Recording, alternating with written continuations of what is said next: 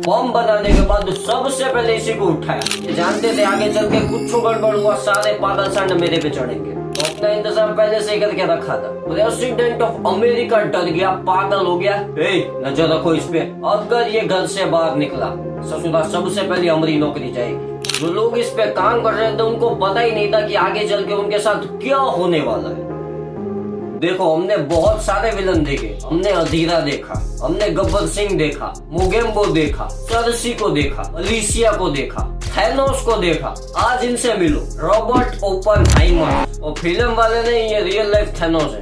देखो world war 2 के time में भारत आजादी मांग रहा था, तो दूसरी तरफ हिटलर हिस्ट्री बना रहा था। इसने यूरोप को हल्दी घाटी समझ लिया था और अपने आप को चंगेज खान, जिसे देखो मारे जा रहा है मारे जा रहा है। और सबसे ज्यादा मोहब्बत थी तो यहूदियों से, जूइश लोगों से। इनके ऊपर तो सांस लेने पर भी बैंड लगा दिया था, अगर तुमने सांस भी ली तो काट डालूंगा। यहूदियों ने ठाम मारी नहीं खाता। ऐसे में इस हाइमर के बच्चे को लगा कि मुझे अपने लोगों की मदद करनी चाहिए, क्योंकि ओपनहाइमर भी जूइश था। तो पैदा अमेरिका में हुआ था लेकिन था तो जूइश, ऊपर से साइंटिस्ट भी था। इसने बना दिया न्यूक्लियर बॉम्ब।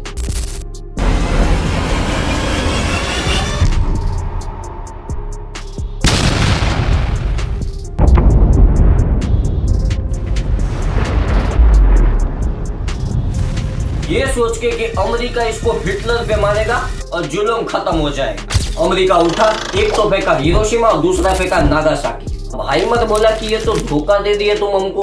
अमेरिका ने कहा कि हम कौन सी किए, हिटलर तो पहले ही मर गया है। ये कहता है क्या बात करते हो, हाँ 4 महीने हो गए महाराज, क्या बात करते हो सच में। ओ तेरी तो ये तो मोए मोए हो गया। इन्होंने कहा कि इन बेचारों को काहे मारे। अमेरिका बोला अरे इतना खर्चा किया है, मारेंगे नहीं। कहा उस टाइम में 1940 में $2 अरब, $2 बिलियन खर्च किए थे अमेरिका ने सिर्फ 2 न्यूक्लियर बम बनाने में। अगर हम इन्फ्लेशन को ले ले तो आज के होते $24 बिलियन। पूरी की पूरी डीमार्ट खरीद सकते हो। अगले दिन ये अखबार पढ़ रहे थे जिसमें बहुत बड़े अक्षरों से लिखा था हेडलाइन में, जो बम अमेरिका ने जापान पे मारा उसमें एक दिन में 80,000 लोग मरे। इतना तो पूरे कोरोना में भी नहीं मरे। इनको हार्ट अटैक आ गया। अच्छा ये अमेरिका और ये सब यूरोप वाले बड़े होशियार होते हैं। अमेरिका जानता था पहले बर्बाद करो जापान को। किसको? जापान को बर्बाद करो, बाद में मलम पट्टी हम ही से बिकेगा। तो एक तो बम फेंका कहाँ पे, हिरोशिमा, और दूसरा नागासाकी, और धमकी दिया था सरेंडर करो वरना तीसरा टोक्यो पे मारेंगे। जापान की तो हालत खराब हो गई। इतनी मौत हुई थी वहां पे, इतनी मौत हुई थी कि 20 से 25 नए शमशान बनाने पड़े थे जापान वालों को। पूरा खत्म। अब यहाँ पे तो जापान ने सरेंडर कर दिया, मालिक कुछ करवा लीजिए, अब मत मारना, हालत खराब हो गई है। अमेरिका ने कहा एक ही शर्त पे छोड़ेंगे तुमको, अब तुम कभी भी अपनी आर्मी नहीं रखोगे, जिंदगी भर तुम्हारी सुरक्षा हम करेंगे, तुम्हारे यहाँ हमारी आर्मी होगी। और दूसरा तुम्हारा ये जो हिरोशिमा और नागासाकी को जो हमने कब्रिस्तान बनाया है उसको फिर से बनाना पड़ेगा, रीडेवलपमेंट जरूरी है। तो उसके लिए इंजीनियर्स कहाँ से आएंगे? तुम चाहो तो अमेरिका से भी बुला सकते हो। इन्होंने कहा ठीक है बुला लीजिए। इन शॉर्ट अमेरिका ने जापान को दोनों हाथों से लूटा। ओपनहाइमर देखा ये तो गड़बड़ हो गए लोरे, कुछ करना पड़ेगा, अब इसको रोकना पड़ेगा, क्योंकि बाकी देश जैसे यूएसएसआर, चाइना ने भी न्यूक्लियर बम बनाना शुरू कर दिया था। अब हाइमर को लगने लगा कि अगर सबके पास न्यूक्लियर बम आ गया तो कोई डरेगा ही क्यों। छोटे मोटे देश का क्या भरोसा, कभी किसी पे चला दे, अरे बाकी देशों को गोली मारो। आगे चल के अमेरिका ससुरा किसी ना किसी को तो मारेगा ही, और जितने भी लोग मरेंगे वो सारे लोग बद्दुआ मेरे को देंगे। अभी इस पे एक फिल्म आई है ओपनहाइमर। इस फिल्म में दिखाया गया वो सीन जब पहली बार एक एटम बम का परीक्षण किया जाता है अमेरिका में। ससुरा पूरा का पूरा टावर उड़ा देता है, क्योंकि जब बम फेंका था तो टावर के ऊपर से फेंका था, और जो बम फटा उसके 10-15 मिनट के बाद सब लोग सोच में पड़ गए, अरे भाई यहाँ पे तो एक टावर हुआ करता था, कहाँ गया? फिर पता चला इसने पूरा का पूरा टावर ही उड़ा दिया। उसी वक्त ओपनहाइमर को ये बात पता चल गई थी कि हमसे बहुत बड़ी गलती हो गई, और उसके मुंह से ये चीज निकली,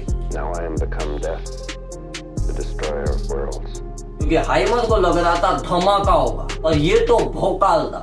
जो ब्लास्ट हुआ वो किसी साइंटिस्ट के थियरी में भी तो ठीक है, उसकी थिंकिंग में भी नहीं आई होगी। और इस पिक्चर को ऑस्कर दिया गया, और जब पूछा गया कि काहे दिए इनको, तो जज था उसने कहा कि देखो इस फिल्म में कोई भी सीन कॉपीड नहीं है, इस फिल्म में कोई भी एक्शन नहीं है, और बिना किसी हंगामे के एक डॉक्यूमेंट्री फिल्म इतना अच्छा परफॉर्म कर सकती है तो ऑस्कर तो बनता है।